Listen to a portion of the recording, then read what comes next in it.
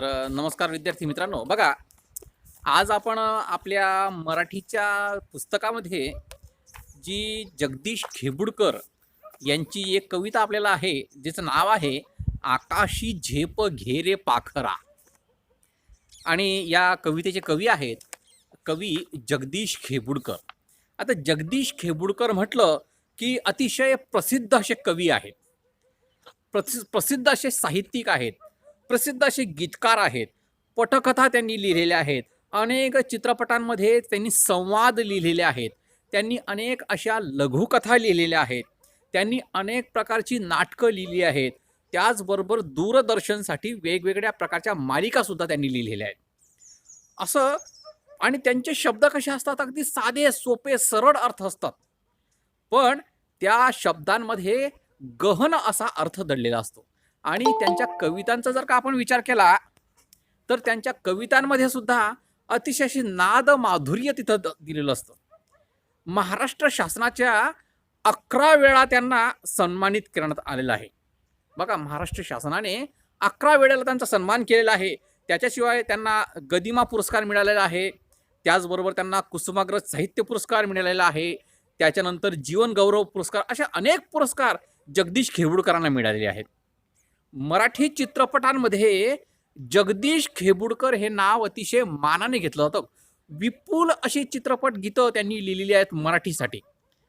तुम्ही जर का रेडिओ जर का ऐकत असाल तर रेडिओवरती जर मराठी कार्यक्रम असेल, मराठी गाण्यांचा कार्यक्रम असेल, तर 60% गाणी ही सगळी गाणी जगदीश खेबुडकरांची असतात. अगदी सोपी, सहज आणि नाद माधुर्य अशी निर्माण करणारी यांची गीतं असतात. पण त्याचबरोबर गहन अर्थसुद्धा त्यांच्या कवितांमध्ये, त्यांच्या गीतांमधून आपल्याला पाहायला मिळतो. आपल्याला इयत्ता 10वीला आकाशी झेप घेरे पाखरा नावाची कविता त्यांची आहे.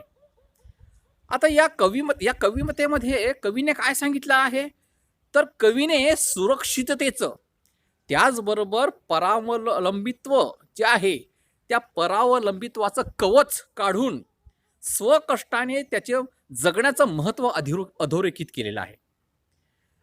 आणि या जगण्याला, आपल्या या क्षमतांवरती, आपल्या सामर्थ्यावरती विश्वास ठेवावा, याचं कवींनी आपल्याला सांगितलेलं आहे.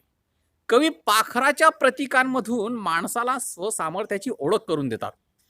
आणि प्रस्तुत कवितेतून कवी परावलंबित्वाचं कवच फोडून सामर्थ्यावरती ध्येयाची उंची शिखर पादाक्रांत करा, उत्तम यश मिळवून त्याचा निखळ आनंद घ्या, असा संदेश देतात. बघा, दुसऱ्यावरती अवलंबून न राहता स्वतःच्या कष्टाने एखादं ध्येय प्राप्त करा, त्याच्यासाठी उंच भरारी घ्या, त्याच्यासाठी खूप मेहनत करा, खूप कष्ट करा, असा संदेश त्यांनी या कवितेमध्ये आपल्याला सांगितलेला आहे. आकाशी झेप घेरे पाखरा.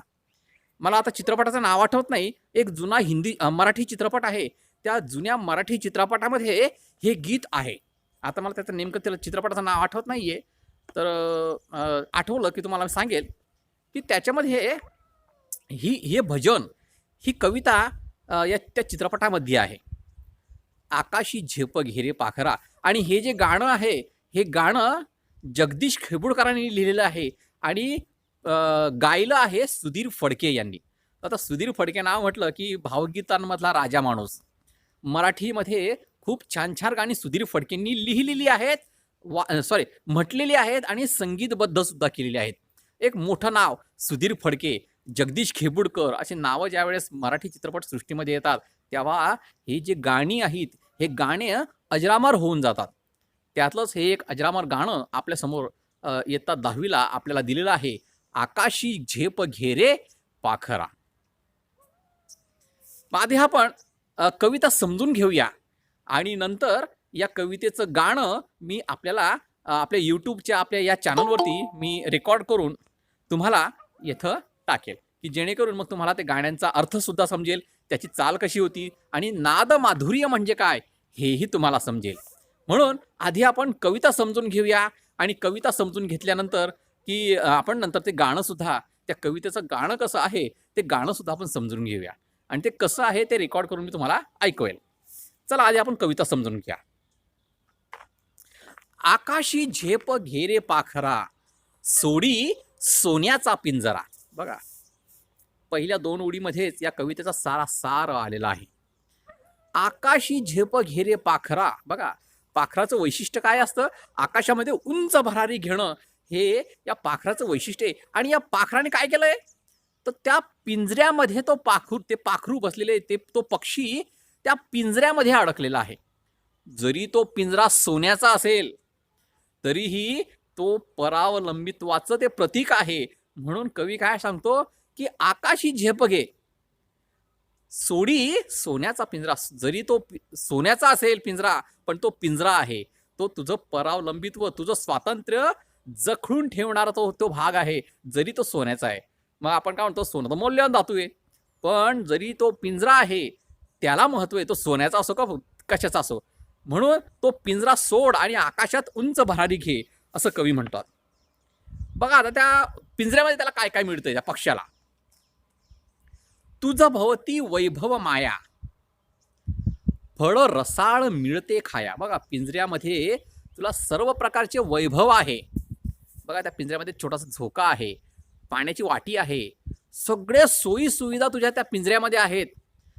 तुझ्यासाठी वैभव माया, सगळ्या प्रकारची सुख तुझे हात जोडून उभे आहेत. फळ रसाळ मिळते खाया. त्या पिंजऱ्यामध्ये तुला जे फळं मिळतात ते रसाळ आणि गोड मधुर असतात. बघा, सगळी सुख तुझ्या हात जोडून उभे आहेत. सुख लोलूप झाली काया, हा कुठवर वेड्या घेसी आसरा.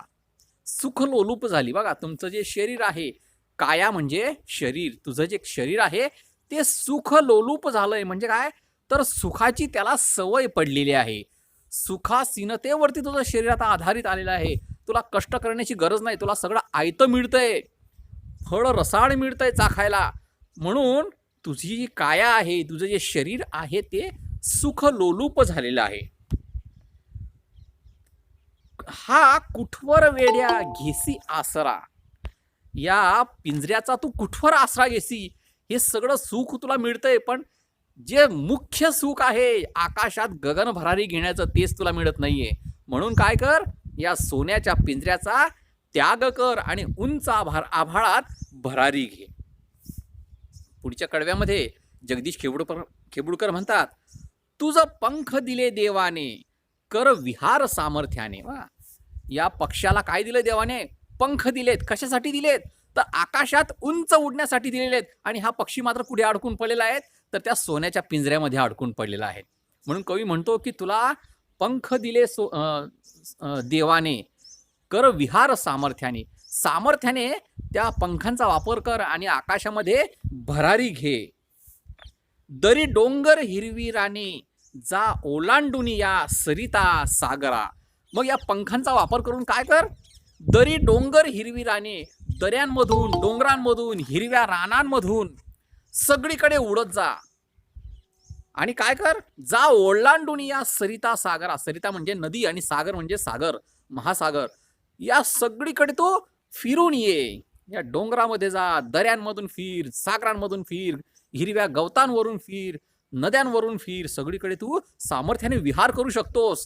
तुझ्या पंखामध्ये तेवढी ताकद आहे. आणि तू मात्र कुठे अडकलायस? तर सोन्याच्या पिंजऱ्यामध्ये अडकलायस. म्हणून कवी पुढे म्हणतात की कष्टाविण फळ ना मिळते, तुझं कळते परी ना वळते. कष्ट केल्याशिवाय कोणतंच फळ मिळत नाहीये. फळ मिळवायचं असेल तर कष्ट करावे लागतात. म्हणजे एखादं ध्येय साध्य करायचं असेल तर त्याच्यासाठी तुम्हाला मेहनत करावी लागेल, खूप त्रास सहन करावा लागेल, कष्ट करावे लागेल. तुला कळतं परी ना वळते, तुला हे कळतंय, पण तू तसं वागत नाही आहेस, असं कवी त्या पक्ष्याला म्हणतोय. म्हणजेच काय, पक्षी हा फक्त ते प्रतीक आहे. तो कवी त्या माणसाला, त्या हिरोला, त्या नायकाला म्हणतोय की तुला कळतंय पण नाही ते वळत आहे. म्हणजे तुला ते कळतं पण तू ते अंमलात आणत नाहीस. तुझं कळते परी ना वळते, हृदयात व्यथा ही जडते, का जीव बेचारा होई बावरा. तुझ्या हृदयामध्ये ही सल जडते की आपण पिंजऱ्यामध्ये आहोत, म्हणजे आपण स्वतंत्र नाहीत. तुला हे कळतंय पण तुझ्या हृदयाला हे बोचतंय. का जीव बेचारा होई बावरा, होऊनी बावरा. मग त्याच्यामुळे काय होतंय, तुझं जीव हा बावरा होतोय, कावरा बावरा तू होतोय. तुला कळतंय की आता काय करावं. उंच उडावं, पण तर त्याच्यासाठी ह्या सुखाचा त्याग करावा लागेल. पिंजऱ्यामध्ये असलेली जी सगळी सुख आहेत, त्या सगळ्या सुखांचा त्याग करावा लागेल. घामातून मोती फुलले, श्रमदेव घरी अवतरले. बघा, घामातून मोती फुलले. जेव्हा आपण कष्ट करतो, कष्ट करत असताना आपल्याला घाम येतो बघा. या घामाचे जे थेंब आहेत, त्या थेंबांना कवीने मोती म्हटलेलं आहे. घामातून मोती फुलले, श्रमदेव घरी अवतरले. बघा, श्रम म्हणजे मेहनत.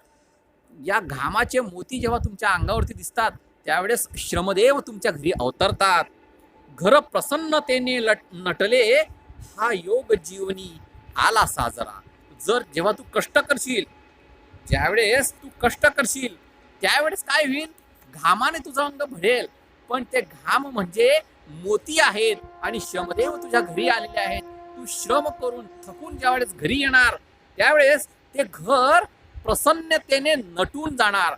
म्हणजे काय? तर ते जे तू ज्या ठिकाणी घरी येणार, जेव्हा तू घरी येणार, तेव्हा ते घर प्रसन्नतेने नटून जाणार. हा योग जीवनी आला साजरा.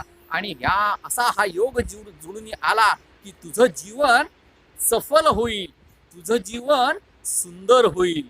अशा प्रकारे श्रमाचं महत्व, कष्टाचं महत्व कवी जगदीश खेबुडकर यांनी या कवितेतून आपल्या समोर मांडलेलं आहे. आता मी थोडंसं हे जी कविता आहे, ही कविता त्या चित्रपटामध्ये जशी आलेली आहे त्याचं थोडंसं तुम्हाला पार्श्वभूमी सांगतो, म्हणजे तुम्हाला कविता अधिक चांगल्या रीतीने कळेल. बघा, या चित्रपटामध्ये एक तरुण असतो, म्हणजे आपल्या भाषेमध्ये एक नट असतो, हिरो असतो. हा काय असतो? हा एकदम श्रीमंत असतो. घरी सगळ्या प्रकारची सुख त्याला प्राप्त झालेली असतात. इतका त्याच्याकडे प्रचंड संपत्ती असते. त्याला ती संपत्ती, त्याचे वडील वारल्यानंतर ती सगळी संपत्ती त्याला आयती मिळते. म्हणून काय होतं की तो अतिशय ऐशो आरामामध्ये लोळत असतो. त्याला कोणतंच काम करण्याची गरज नाही, कशाचीच गरज नाही. त्यावेळेस काय होतं, एक दिवशी त्याला एक जण त्याला विचारतो की ही जी संपत्ती तुझ्याकडे आहे, ही तू कमवली आहेस का? तेव्हा तो म्हणतो, नाही, ही तर माझ्या वडिलांची आहे. ते वडील वारले आणि मग ती संपत्ती मला फुकटात मिळाली. त्यावेळेस तो माणूस त्याला विचारतो की मग तुझं काय, तू कोण आहेस? तेव्हा त्याच्या डोक्यामध्ये प्रकाश पडतो की अरे, ही जेवढी संपत्ती आहे ही तर आपली नाहीये, ही तर आपल्या वडिलांनी कमवली. आपण कोण आहोत? मग आपण काय कमवलंय? मग तो काय करतो, ते सगळं सोडतो. त्याला जे सुख मिळालेलं, पैशांनी जे सगळं सुख त्याला मिळालेलं असतं, ते सगळं सुखाचा तो त्याग करतो. आणि जेव्हा तो बाहेर येतो, त्याला कळतं की लोक त्याला ओळखत सुद्धा नाही. म्हणजे त्याला पैशांनी त्याची ओळख असते, पण जेव्हा तो बाहेर येतो, त्याचं नाव तर सांगत नाही, त्याच्या वडिलांचं नाव जेव्हा तो जगात सांगत नाही, तेव्हा त्याला लोक ओळखत नाही. आणि मग त्याला समजतं की श्रम केल्यानंतर काय होतं. मग तो स्वतः मेहनत करतो आणि ज्यावेळेस तो स्वतः मेहनत करतो, त्यावेळेस त्याला कळतं की मेहनतीचं फळ किती गोड आहे.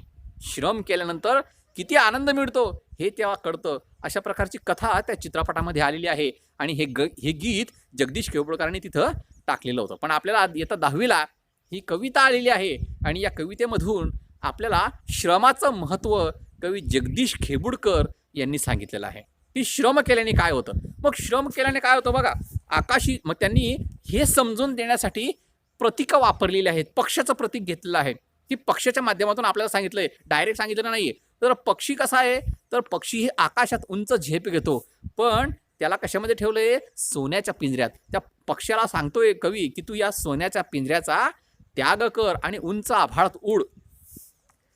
तुझं भोवती वैभव माया, म्हणजे तुझ्या आजूबाजूला खूप वैभव आहे, खूप पैसा आहे, खूप संपत्ती आहे. फळ रसाळ मिळते खाया, तुला खायला गोड असं फळ मिळते, पण जंगलामध्ये मिळालेलं स्वतः मिळवून, कमवून, कष्ट करून जे फळ मिळतं त्याची गोडी अवीट असते. हे मात्र कवीला त्याला सांगायचंय. तुला जरी पिंजऱ्यामध्ये ते गोड फळ मिळतंय, पण ते पिंजऱ्यामध्ये मिळतंय, बाहेर नाही मिळतंय. सुख लोलूप झाली, त्याच्यामुळे काय झालं की तू असे सुखासीन झालाय, तुझं शरीर सुखासीन झालंय. तुला आता कष्ट करण्याची तुला गरज पडत नाही. तुझं शरीर असं शांत, असं आपण त्याला काय म्हणतो, सुखलोलूप झालेलं आहे. तुझं पंख दिले देवाने, कर विहार सामर्थ्याने. बघा, जे पंख देवाने तुला दिलेले त्याच्यासाठी, कायसाठी दिलेत? पिंजऱ्यामध्ये बसण्यासाठी दिलेत का? नाही. बघा तुम्ही जर का निरीक्षण केलं, एखाद्या पिंजऱ्यामध्ये एखादा पोपट ठेवला असेल, तो उडण्याचा प्रयत्न करतो, पण पिंजऱ्यामध्ये त्याला उडता येतं का? नाही उडता येत. म्हणून जरी त्याला देवाने पंख दिलेले असतील, पण तो पिंजऱ्यामध्ये अडकून पडलेला असतो. स्वतःचं स्वातंत्र्य त्यांनी त्या पिंजऱ्यामध्ये टाकून दिलेलं असतं. मग कर विहार सामर्थ्याने तुला पंख दिले देवाने, कर विहार सामर्थ्याने. कशासाठी पंख दिलेले आहेत? तर सगळीकडे उडायसाठी, उंच आकाशात उडायसाठी तुला हे पंख दिलेले आहेत. मग त्या पंखांचा वापर कर. दरीतून, डोंगरातून, नद्यातून, सरितातून, महासागरातून तू प्रवास कर. कष्ट विना फळ ना मिळते, तुझं कळते परिणावडते. बघा, कष्ट केल्याशिवाय कोणत्याच प्रकारचं फळ मिळत नाही, कोणत्याच प्रकारचा आनंद मिळत नाही. तुला कळतं पण ते तुला वळत नाही, तुला समजतंय पण तसं तू करत नाही. हृदयात व्यथा ही जडते. ही तुला त्याच्यामुळे काय होतं की तुझ्या हृदयामध्ये दुःख निर्माण होतंय. का जीव बेचारा होई बावरा, त्याच्यामुळे तू कावरा बावरा होतोस. घामातून मोती फुलले, श्रमदेव घरी अवतरले. बघा, ज्यावेळेस तुम्ही कष्ट करायला लागतात त्यावेळेस तुम्हाला ते जे घाम आहे त्या घामाच्या थेंबात तुम्हाला मोती दिसतात. बघा, तुम्ही जर का निरीक्षण केलं असेल तर तुम्ही रस्त्यामध्ये गावामध्ये जात असताना जे लोक लोटगाडी लोटतात, काहीतरी अंगमेहनतीचं काम करतात, तेव्हा त्यांना घाम असा डबडबला घाम येतो. त्या घामामधून जसे काही ते घामाचे थेंब नाहीत तर ते मोती आहेत, अशी कल्पना कवींनी केलेली आहे. श्रमदेव घरी अवतरले. आणि त्याचे काय होतंय ते त्याच्यामुळे तुम्हाला श्रमाचं महत्त्व कळतंय, कष्टाचं महत्त्व कळतं. आणि ज्यावेळेस तुम्ही थकून भागून घरी येतात त्यावेळेस काय होतं, घर प्रसन्नतेने नटले. त्यावेळेस तुमचं घर अतिशय प्रसन्न झालेलं असतं. की बघा, थकून आल्यानंतर आपल्याला असा असा आराम करण्याची इच्छा होते. म्हणजे काय, तर तुमचं जे घर आहे, तुम्ही घरी आल्यानंतर तुमचं घर प्रसन्नतेनं नटतं. हा योग जीवनी आला साजिरा. मग अशाने काय होतं की अशा योग ज्यावेळेस तुमच्या जीवनामध्ये येईल तेव्हा तुमच्या जीवनामध्ये खूप सुंदर आनंद निर्माण होईल. अशा प्रकारची कल्पना कवी जगदीश खेबुडकर यांनी आपल्या या कवितेमधून आपल्याला सांगितलंय. श्रमाचं महत्त्व, कष्टाचं महत्त्व आपल्याला या कवितेमधून कवी जगदीश खेबुडकर यांनी मांडलेलं आहे. तर तुम्हाला या कवितेमध्ये जे मुद्दे आवडले असतील किंवा काही काही प्रश्न तुम्हाला पडले असतील, काही समजले नसतील, तर ते तुम्ही मला जरूर विचारा. मध्येच मी घरी गेल्यावरती या कवितेचं गाणं मी तुम्हाला रेकॉर्ड करून आपल्या ग्रुपवर मी शेअर करेल किंवा याच व्हिडिओमध्ये ॲड करून देईल, की जेणेकरून तुम्हाला त्याची चाल आणि जे नादमाधुर्य मी तुम्हाला सांगतोय, जगदीश खेबुडकरांच्या कवितांमधलं, गाण्यांमधलं जे नादमाधुर्य आहे, हे सुद्धा तुम्हाला कळेल. मी ते रेकॉर्ड करून आपल्या याच व्हिडिओमध्ये मी ते ॲड करेल, की जेणेकरून तुम्हाला तोही मुद्दा समजेल. जर तुमच्या या कवितेबद्दल काही शंका असतील तर त्या तुम्ही मला जरूर विचारा. तोपर्यंत आज आपण इथंच थांबूया. भेटू पुन्हा पुढच्या एका नवीन कवितेमध्ये किंवा धड्यामध्ये. तोपर्यंत थांबूया.